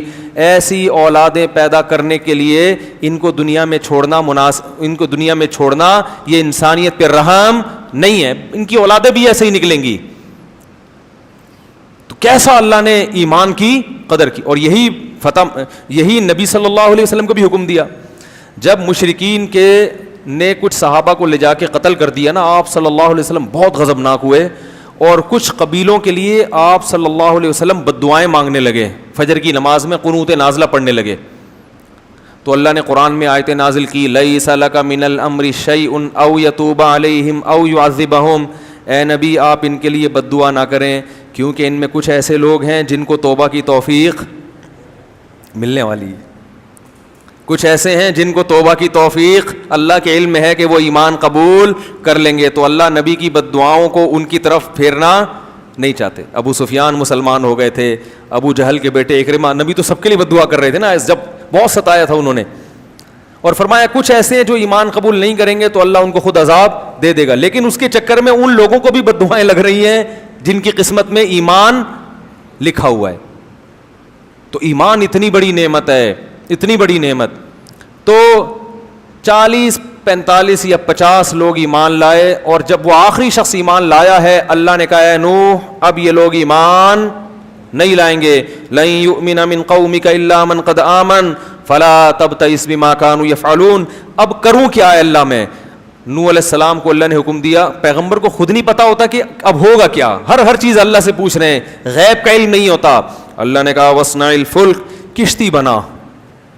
صناعت عمل کا لفظ نہیں ہے, صنعت کہتے ہیں بڑی محنت سے, کاریگری سے کوئی چیز بنانا. کشتی بنا بِأَعْيُنِنَا, ہماری نظروں کے سامنے, ہماری آنکھوں کے سامنے, یعنی بالکل ہماری نگرانی میں ہم بتائیں گے کون سا پھٹا کہاں جوڑنا, کیونکہ نوح علیہ السلام کو کشتی بنانا تھوڑی جانتے تھے. ہم بتائیں گے کون سی کیل کہاں ٹھوکنی ہے, کتنا بڑا پھٹا لانا ہے, اس کا سائز کتنا ہوگا, کیونکہ ہمیں پتہ ہے کہ کیسا پانی آنے والا ہے. وَوَحْيِنَا وَلَا تُخَاطِبْنِي فِي الَّذِينَ ظَلَمُوا, اور اب ان ظالموں کے بارے میں مجھ سے کلام بھی مت کرنا. ایسا نہ ہو کہ آپ کو ان پہ ترس آنا شروع ہو جائے اور آپ کہیں کہ اللہ مزید مہلت دے دو. آپ کو اب ان کے حق میں دعا کرنے کی اجازت نہیں ہے. انہم مغرقون, یہ سب کے سب غرق ہوں گے, اور اللہ نے ان کے غرق ہونے کا فیصلہ کر لیا ہے.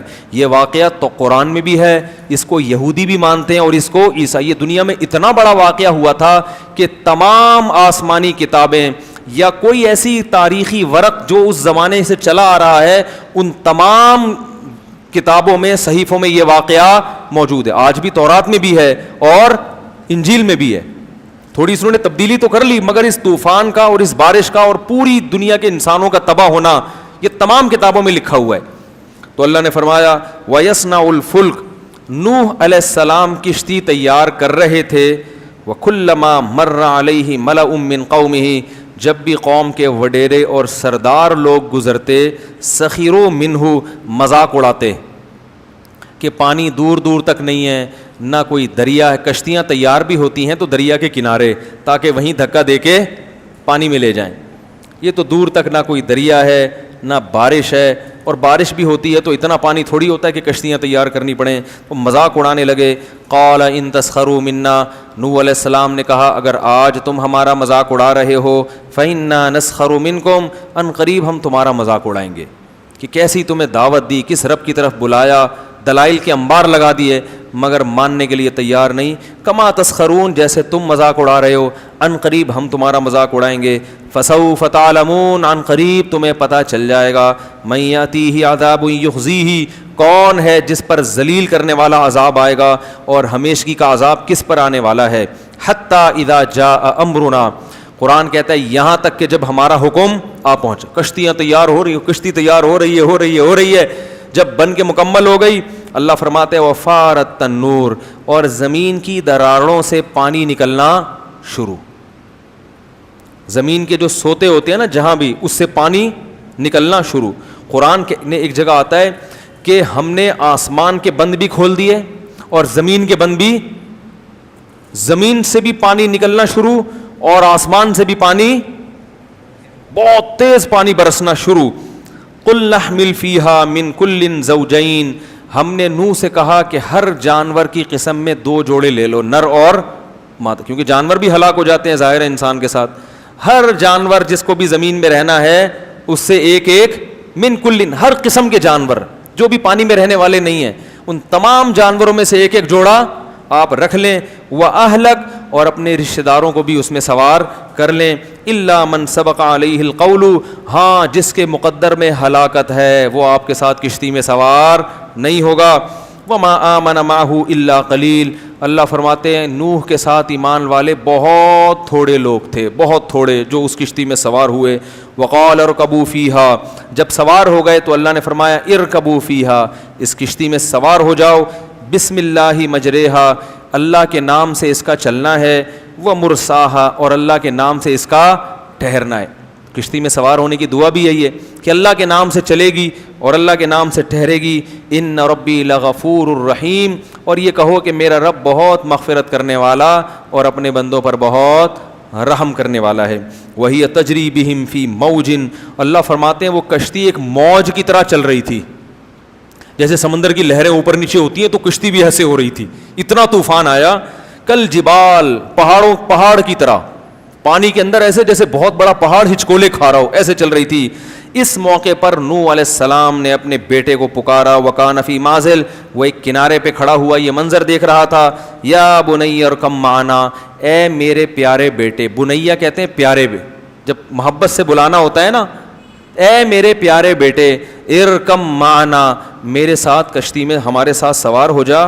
ولا تکم مع الکافرین, اور کافروں میں مت ہو, کلمہ پڑھ لے اور آ جا کشتی میں. قالا, تو کہنے لگا سآوی الی جبل, میں ایک پہاڑ پہ چڑھ جاؤں گا. یعصمنی من الماء, وہ پہاڑ مجھے پانی سے بچا لے گا. جب انسان کی خواہشات سے آنکھیں اندھی ہوتی ہیں نا تو یہ حال ہوتا ہے اس کا. یہ واقعات ہیں, مگر ان واقعات کو سن کر ہمیں اپنے گریبان میں جھانکنا چاہیے کہ ہمارے دل بھی ایسے سخت ہو چکے ہیں. اس نے کہا مجھے پہاڑ بچائے گا. نوح علیہ السلام نے کہا لا عاصم اليوم من امر اللہ الا من رحم, دیکھ آج جس پر اللہ رحم کرے گا نا وہی بچے گا.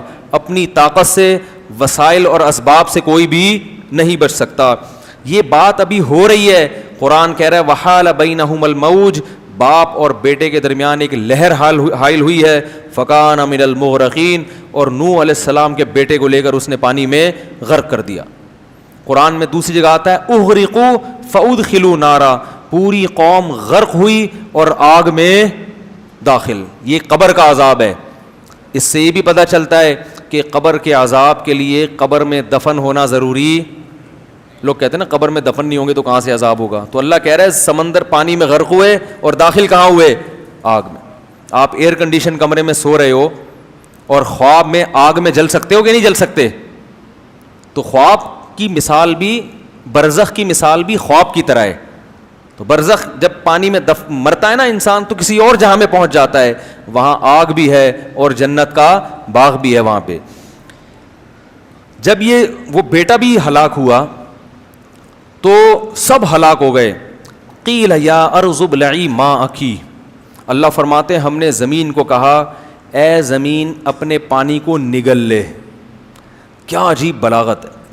یہ نہیں کہا کہ جذب کر لے, یہ قرآن نگلنے کے لفظ سے بتا رہا ہے کہ اتنا پانی تھا کہ اگر جذب ہونا شروع ہوتا تو صدیاں گزر جاتی, بہت وقت گزر جاتا, وہ پانی ختم نہ ہوتا. اللہ کہہ رہے ہیں نگل. جیسے ایک پانی پینے کا طریقہ ہوتا ہے بھائی, آپ چوس چوس کے گھونٹ بھر بھر کے پیتے ہو, اور ایک ہوتا ہے کہتے ہیں نا بس کڑوی چیز ہے ایک ہی گھونٹ میں نگل لو. تو اللہ نے فرمایا نگل, کھینچ اس پانی کو, زور لگا, تاکہ نوح علیہ السلام خشکی پہ اترنے کے قابل بن جائیں. ایسا نہ ہو یہ کئی سال اسی میں پڑے رہیں, بہت پانی ہے. تو یہ قرآن پانی کی کثرت بیان کر رہا ہے. ابلعی ماءکی, نگلنا شروع کر اس پانی کو, گھونٹ بھر بھر کے اپنے اندر کھینچنا شروع کر. ویا سماء اقلیعی, اور اے آسمان اس پانی کو اکھاڑ دے. اکھاڑنے کا لفظ, پانی آسمان پہ چپکا ہوا تھوڑی ہوتا ہے جو اکھڑے, وہ تو بادلوں میں ہوتا ہے. یہ بھی بلاغت ہے کہ جیسے شیٹرنگ ہو نا, اور وہ جب مکمل ہو جائے تو ایک ایک پھٹے کو اکھاڑا جاتا ہے.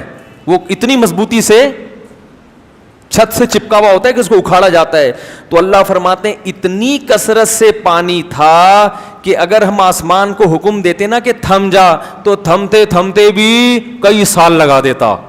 ہم نے کہا اکھاڑ کے اپنا کنیکشن پانی سے منقطع کر دے, اکھاڑ دے اس کو, طاقت اور قوت کے ساتھ اس کو دھکیل کے ختم کر دے, کیونکہ بہت وقت لگے گا, اتنا پانی برس رہا تھا. یہ سب بلاغت ہے, بلاغت بات کو سمجھانے کے لیے کہ پانی کی کثرت کتنی زیادہ تھی. وَيَا سَمَاءُ وَاقْلِعِي وَغِيضَ الْمَاءُ, اللہ فرماتے ہیں اس طرح سے ہم نے پانی کو خشک کر دیا. وَقُضِيَ الْأَمْرُ, اور جو کام اللہ نے جس کا فیصلہ کیا تھا وہ فیصلہ اللہ نے چکا دیا. وَاسْتَوَتْ عَلَى الْجُودِي, اور جودی ایک پہاڑ تھا جہاں نوح علیہ السلام کی کشتی ٹھہر گئی. وَقِيلَ بُعْدًا لِلْقَوْمِ الظَّالِمِينَ, اور اللہ کی طرف سے کہا گیا لعنت ہو ان ظالموں پر جنہوں نے 950 سال پیغمبر کی بات پہ کان بولو بھائی نہیں دھرے. دیکھو اس سے ہمیں کیا سبق ملتا ہے. آج پیغمبر کے بعد پیغمبر کے وارث کون ہیں؟ علماء. حدیث میں آتا ہے العلماء ورثۃ الانبیاء. تو یاد رکھو جیسے پیغمبر کی دعوت کو ٹھکرانا ہلکا نہیں ہے, اسی طرح پیغمبر کا جو برحق وارث ہوگا وہ اگر آپ کو کوئی حق بات بتا رہا ہے, اللہ کی طرف بلا رہا ہے, اس کی دعوت کو ٹھکرانے کو بھی ہلکا مت سمجھا کرو. لوگ کہتے ہیں مولوی کہتے ہیں سود حرام ہے, بینک کی جاب چھوڑ دو, بہنوں کو وراثت دے دو, اور جناب کیا ہے وہ جو ہے وہی وہ کہہ رہا ہے, اشارہ کر رہا ہے وہاں سے, یہ بچہ کہہ رہا ہے, یہ مجھے سکھا رہا ہے کہ کیا یہ 4 شادیاں کرو. تو وہ 4 نہ بھی کرو, طلاق یافتہ بیوہ عورتوں کو سہارا دو, ٹھیک ہے نا. اور کیا ہے, اولڈ ہوم میں ماں باپ کو جمع مت کراؤ, شراب مت پیو, اور ہمت کے ساتھ داڑھیاں بھی رکھ لو. یار اللہ کے نبی کا حکم ہے عفو اللحیٰ, زیادہ ڈر ہوتا ہے لوگ بھاگی نہ جائیں, اس لیے میں زیادہ اس موضوع کو چھیڑتا نہیں ہوں. تو یہ سارے احکامات ہیں. تو یہ مولوی کی اپنی دعوت نہیں ہے, وہ پیغمبر کی دعوت کو آپ تک ٹرانسفر کر رہا ہے. تو اس کو ٹھکرانے کو بھی ہلکا مت سمجھ. اگر عمل نہیں ہو رہا گڑ گڑاؤ اللہ کے سامنے, اللہ توفیق دے, مگر دعوت کو ٹھکرانا بڑا خطرناک ہے.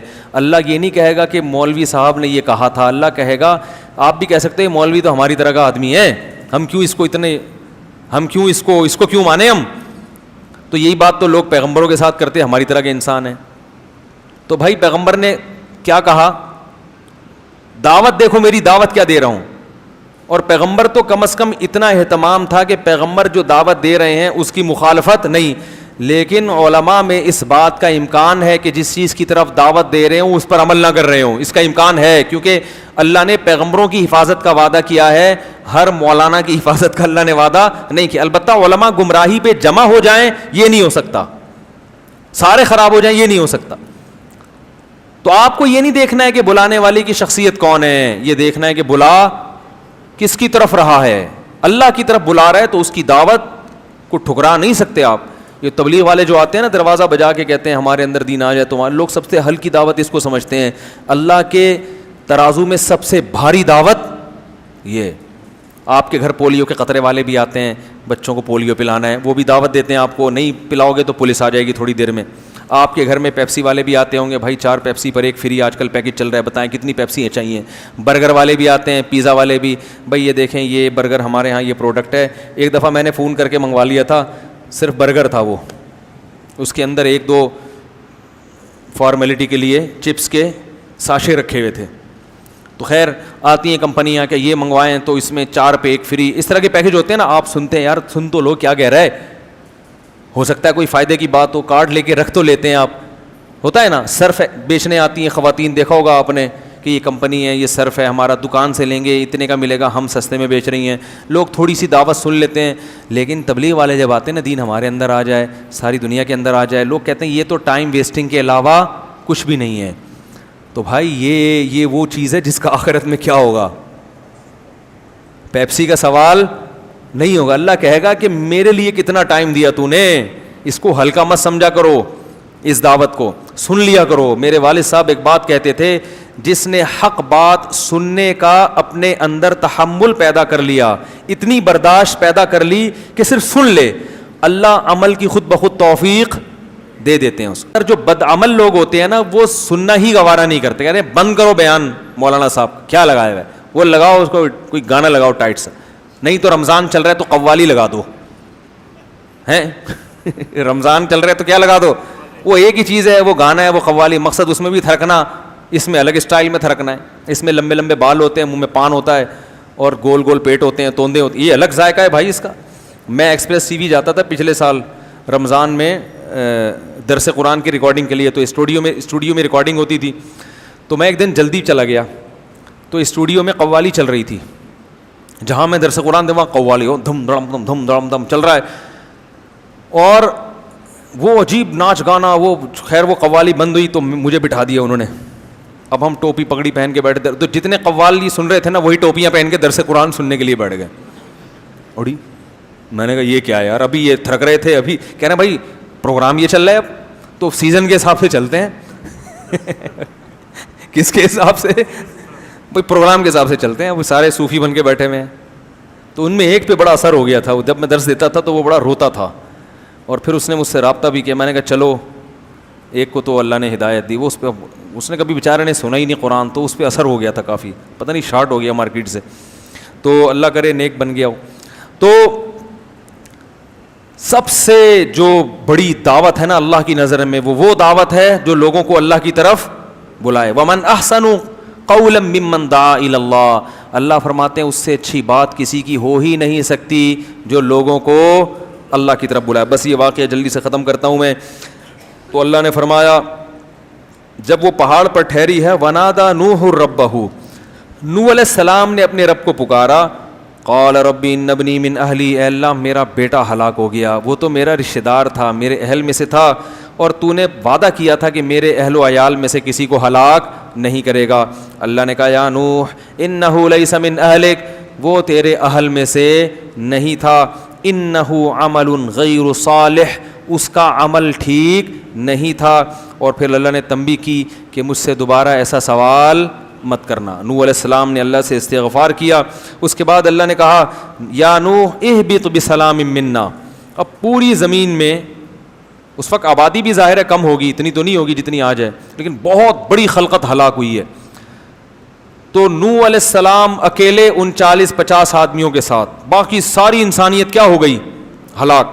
تو اللہ نے نوح علیہ السلام سے کہا اہبط, اس پہاڑ پہ اتریں, آپ اس سے نیچے اتریں, بسلام منا, میری طرف سے سلامتی, و برکات, اور برکتوں کے ساتھ.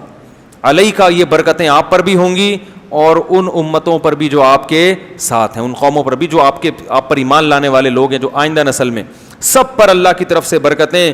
وَأُمَمٌ سَنُمَتِّعُهُمْ, لیکن کچھ وقت کے بعد پھر ایسی قوم آنے والی ہے جس کو میں دنیا کے فائدے پہنچاؤں گا, لیکن پھر ان کو بھی دردناک عذاب ہوگا. کچھ وقت تو یہ انسان تمیز سے چلیں گے, اس کے بعد پھر پیغمبر کی تعلیمات کو آہستہ آہستہ پھر وہی دنیا داری میں لگ جائیں گے. تو قرآن کہہ رہا ہے تلک من انباء الغیب, اے محمد صلی اللہ علیہ وسلم یہ وہ غیب کی باتیں ہیں, نوحیہا الیک, جو ہم آپ کو بتا رہے ہیں, ما کنت تعلمھا انت, یہ باتیں آپ بھی نہیں جانتے تھے, ولا قومک, اور نہ آپ کی قوم جانتی تھی, آپ عالم الغیب نہیں ہیں, من قبل ھذا, میرے بتانے سے پہلے آپ نہیں جانتے تھے, فاصبر, لہذا جیسے نوح نے 950 سال صبر کیا ہے, آپ بھی ان مشرکین کی تکلیفوں پر صبر کریں. ان العاقبۃ, کیسا پیارا اختتام ہو رہا ہے اس واقعے کے, اینڈ کتنا اچھا ہے. فاصبر, اے محمد آپ کو بھی کیا کرنا ہے, صبر کرنا ہے. کیوں؟ ان العاقبۃ للمتقین, انجام ہمیشہ اچھے لوگوں کا ہوگا. اس حالت کو نہ دیکھیں آپ, مکہ میں بلال پر پتھر رکھے جا رہے ہیں, خباب ابن ارت کو کوئلوں پہ لٹایا جا رہا ہے, اس کو نہ دیکھو, یہ دیکھو انجام کس کا اچھا ہوا. متقین وہ لوگ جو گناہوں سے بچتے ہیں, انجام ہمیشہ انہی کا اچھا ہوتا ہے. دیکھو انگریزوں کی جوانی مت دیکھو, انگریزوں کا بڑھاپا دیکھا کرو. انجام مسلمان کا اچھا ہوتا ہے, جوانی انگریز کی اچھی ہوتی ہے, مگر وہ ساری جوانی کے مزے بڑھاپے میں کرکرے. کوئی محبت کرنے والا نہیں ہوتا, کوئی رونے والا نہیں ہوتا. روتے ہیں تھوڑا بہت, وہ بھی اولڈ ہاؤس سے اطلاع آ گئی کہ حضرت جی کا انا اللہ ہو گیا ہے, تو چلو یار وہیں دفنا دو, دیکھ لیں گے, بہت کم. تو اللہ تعالیٰ فرماتے ہیں والعاقبۃ للم, اور بالفرض دنیا میں اچھا ہو بھی جاتا ہو, اصل تو کیا ہے, آخرت. تو اللہ تعالیٰ ہمیں اس اور بھی واقعات ہیں, وہ پھر کل بتائیں گے انشاءاللہ. تو نوح علیہ الصلاۃ والسلام کے بعد پھر انہی کے آگے اولادوں میں چل کے قوم عاد پیدا ہوئی ہے, پھر وہ تباہ ہوئی ہے. پھر اس کے بعد قوم ثمود پیدا ہوئی ہے, پھر وہ بھی تباہ ہوئی ہے. پھر ابراہیم علیہ السلام, ابراہیم علیہ السلام کی قوم کو اللہ نے تباہ نہیں کیا, بلکہ خود ابراہیم علیہ السلام ہجرت کر کے کسی اور جگہ چلے گئے, پھر ان کو اللہ نے اولادیں دیں. پھر آگے ان کی اولاد میں یعقوب علیہ السلام, یوسف علیہ السلام, موسیٰ علیہ السلام آئے. پھر موسیٰ علیہ السلام کے بعد کی جو تاریخ ہے وہ بہت زیادہ محفوظ ہے, کیونکہ وہ موسیٰ علیہ السلام کے فالوورز یہودی کہلاتے ہیں, اور عیسیٰ علیہ السلام کے ماننے والے عیسائی, اور محمد صلی اللہ علیہ وسلم کے ماننے والے. تو یہ 3 آسمانی مذاہب آج تک موجود ہیں.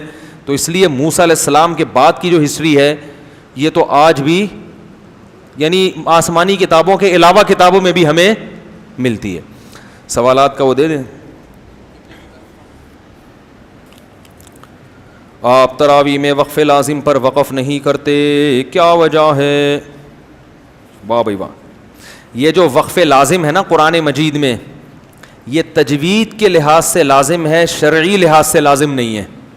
قرآن میں شرعی لحاظ سے کہیں بھی وقف کرنا لازم نہیں ہے. تجوید کا قاعدہ ہے تو واجب تجوید کے اعتبار سے, شرعی اعتبار سے واجب نہیں ہے. ٹیکنیکل پوائنٹ ہے, قاریوں کی سمجھ میں آئے گا, عام آدمی کی سمجھ میں آنا ذرا مشکل ہے. کوئی یعنی کوئی وقف نہ بھی کرے تو کچھ بھی نہیں ہوتا اس سے. ایک آدمی کے ساس لکھا ہوا ہے پاس کو, ایک آدمی کے پاس 200 درہم تھے اور اس پر سال گزرا اور زکوٰۃ لازم ہو گئی, لیکن ادائیگی سے پہلے 5 درہم ہلاک ہو گئے اور نصاب باقی نہ رہا, تو کیا زکوٰۃ دے گا یا نہیں؟ نہیں, اس سال اگر زکوٰۃ کی تاریخ آ گئی تو پھر تو اس پر زکوٰۃ واجب ہو گئی, اور زکوٰۃ کی تاریخ گزرنے کے بعد اگر ہلاک ہو گیا نصاب تو زکوٰۃ کیا ہو گئی؟ خود سے ہلاک ہو گیا تو ساقط ہو گئی, خود اگر خرچ کرے گا تو ساقط نہیں ہوگی.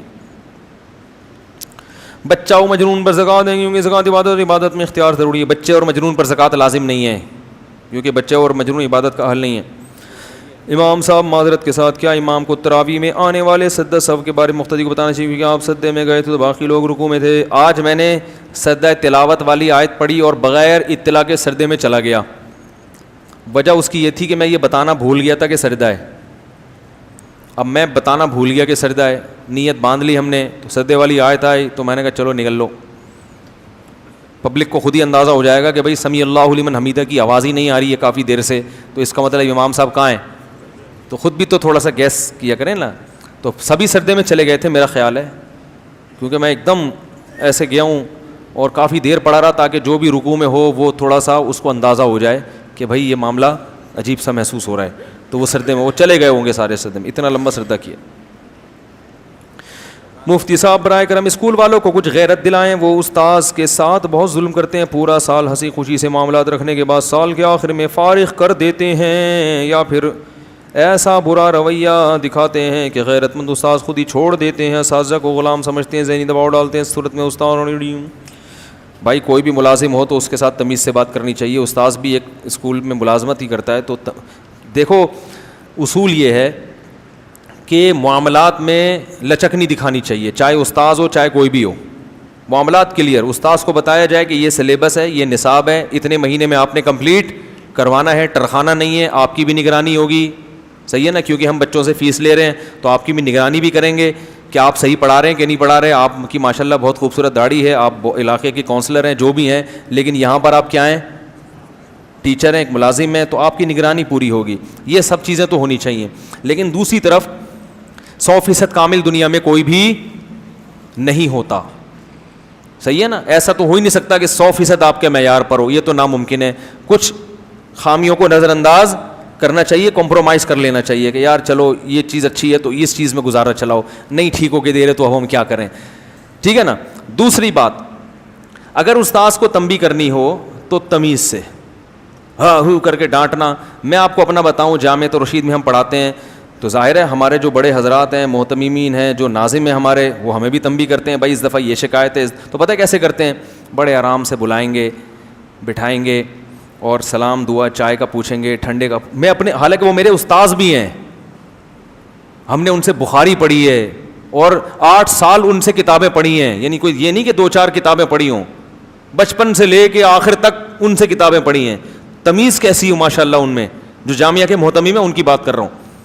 بلائیں گے, بٹھائیں گے, دیکھیں بھائی مسئلہ یہ ہے کہ اس دفعہ کچھ نصاب آپ نے کمپلیٹ نہیں کروایا, کچھ آپ کے اسفار زیادہ ہو رہے ہیں, کچھ ایسا معلوم ہوتا ہے, تو اس میں جو ہے کہ تھوڑا سا مناسب نہیں ہے یہ, ٹھیک ہے نا, آپ تو خود سمجھدار ہیں.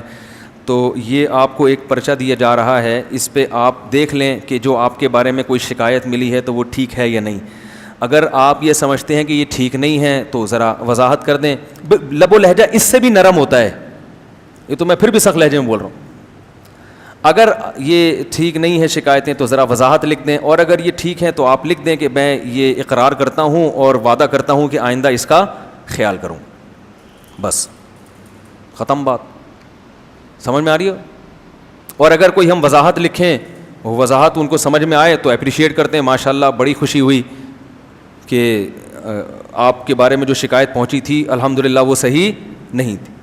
یہ پرچہ پکڑا دیا کہ ایک پیپر ہمارے پاس ریکارڈ میں رہے گا اور ایک آپ کے پاس رہے گا. ہوتا بڑا خطرناک ہے یہ پرچہ, کیونکہ ریکارڈ میں باقاعدہ فائل میں, بھائی اسکول وہ مدرسہ ہے, کوئی عیدی سینٹر نہیں ہے,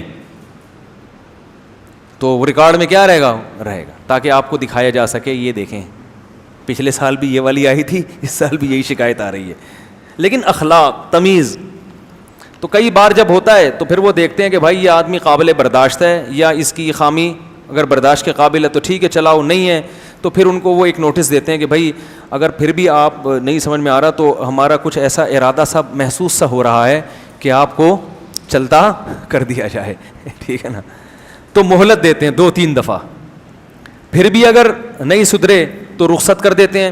لیکن رخصت کرتے ہوئے چند مہینوں کی تنخواہ پکڑا دی جاتی ہے ایڈوانس میں, جس استاذ کو رخصت کرتے ہیں نا, اس لیے کہ بیچارہ ابھی رخصت ہو کے کہاں جائے گا, فوراً تھوڑی کہیں بھی انسان کو کمانے کے لیے کوئی جگہ ملتی ہے.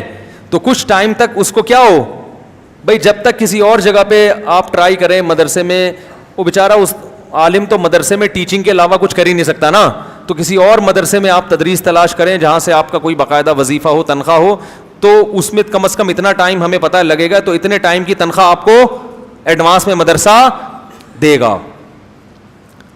تو یہ تمیز کیا کہتے ہیں, اس کو کیا کہتے ہیں اردو میں, تمیز اور تہذیب. تو جتنے بھی ادارے ہیں ان کو یہ تمیز بولو بھائی یہ تہذیب سیکھنی چاہیے.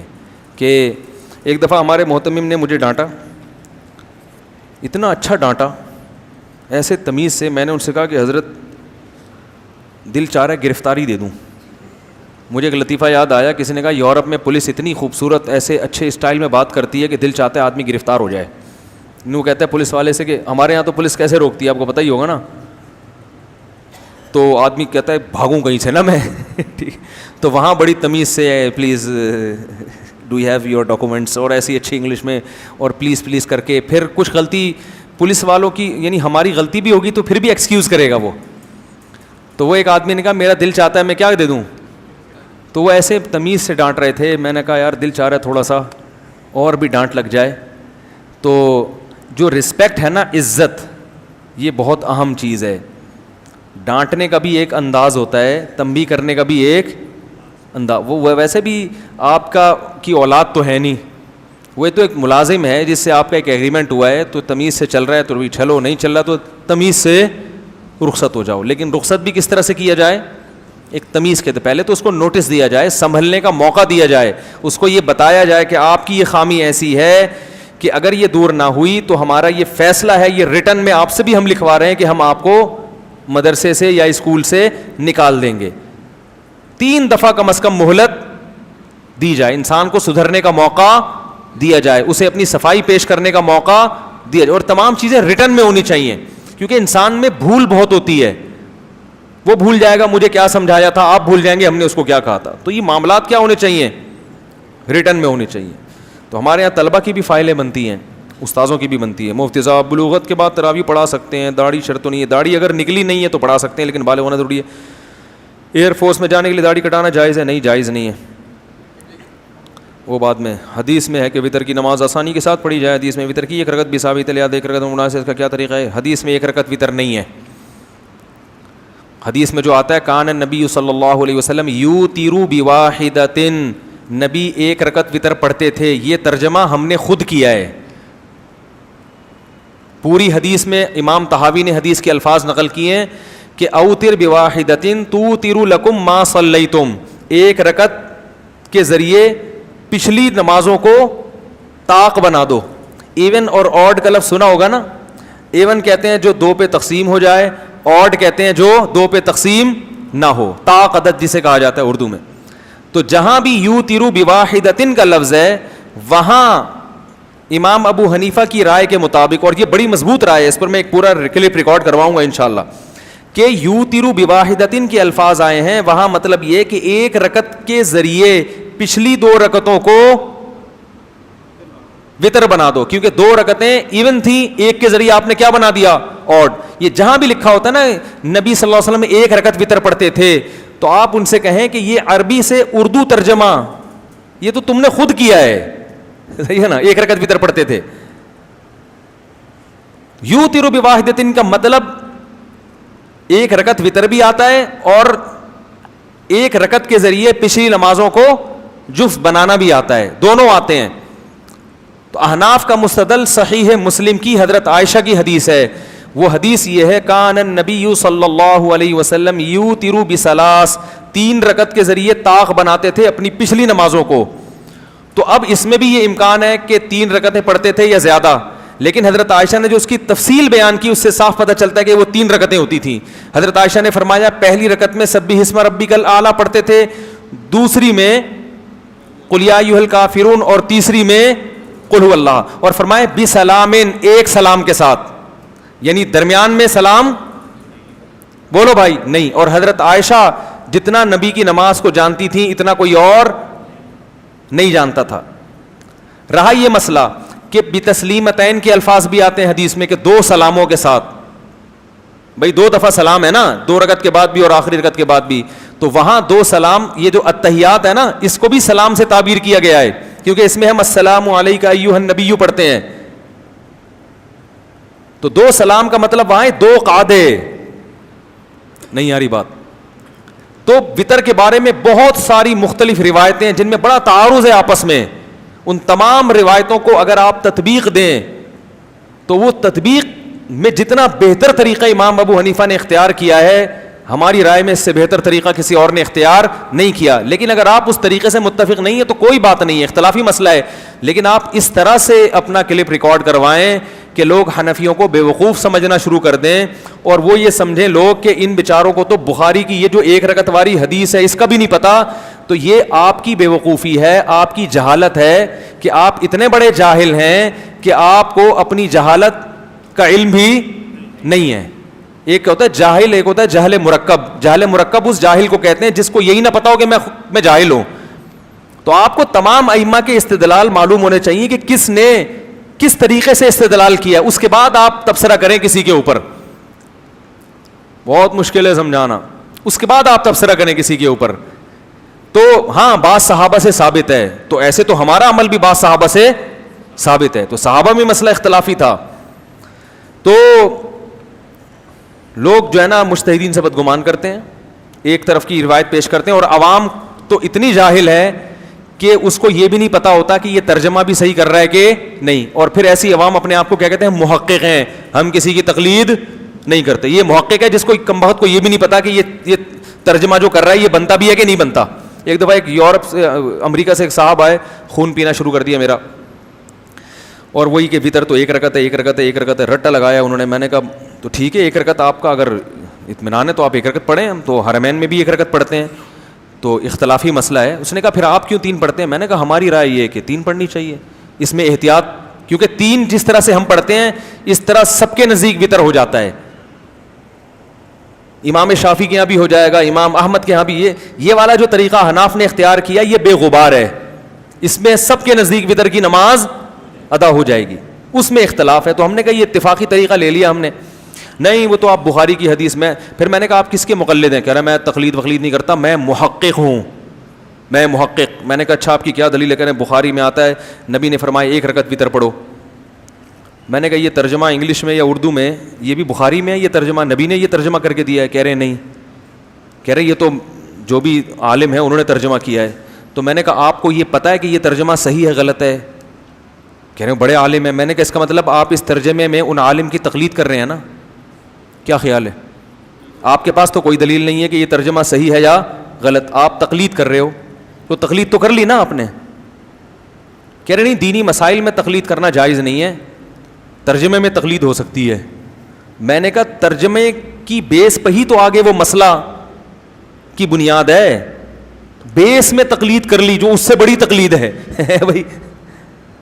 آپ کی تو بنیادوں میں تقلید گھسی ہوئی ہے. میں نے کہا تو میں نے کہا بھائی فنٹر گیری اچھا کام نہیں ہے. آپ یہ بولو کہ چونکہ امام شافعی بہت بڑے مجتہد تھے تو ان کی تحقیق یہ ہے, تو میں جاہل آدمی میں ان کی تحقیق کو فالو کر رہا ہوں. آپ اگر کسی اور کی تحقیق کو فالو کرتے ہو مولوی صاحب تو ہمیں بھی قبول. ایسے کرو گے تو میں نے کہا امت میں جوڑ بھی رہے گا اور امت تمیز سے زندگی بھی گزارے گی. یہ فنٹر گیری میں نے کہا آپ جیسوں پہ سوٹ نہیں کرتی. پھر میں نے ان کو کہا کہ جو اوتر بواحدتن ہے, تو اوتر بواحدتن کا مطلب جفت کو کیا بنا دے, ایک کے ذریعے طاق بنا دو, ایون کو کیا بنا دو, آڈ بنا دو. کیونکہ حدیث میں آتا ہے ان اللہ وطر یحب الوطر, اللہ طاق ہے اور طاق عدد کو قبول کرتا ہے, پسند کرتا ہے. دیکھو مغرب کی نماز دن کی نمازوں کی انتہا پہ ہے, اس کو بھی وطر بنایا گیا, اور یہ جو وطر کی نماز ہے یہ رات کی نمازوں کی انتہا پر ہے, لہذا اس کو بھی کیا بنایا گیا, طاق بنایا گیا ہے, تاکہ اینڈ کس پر ہو, طاق عدد پر اختتام ہو. سبحانک اللہم وبحمدک نشہد ان لا الہ الا انت نستغفرک ونتوب. Thanks for watching. Don't forget to like, comment, share and subscribe to Mufti Tariq Masood, famous scholar.